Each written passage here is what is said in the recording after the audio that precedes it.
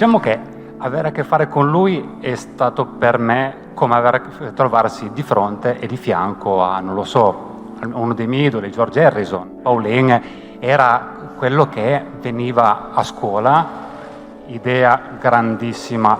e molto lungimirante di Dante, veniva a raccontarci chi erano i partigiani, lo vedevi in giro, era la voce più potente del coro della novena di San Bernardino.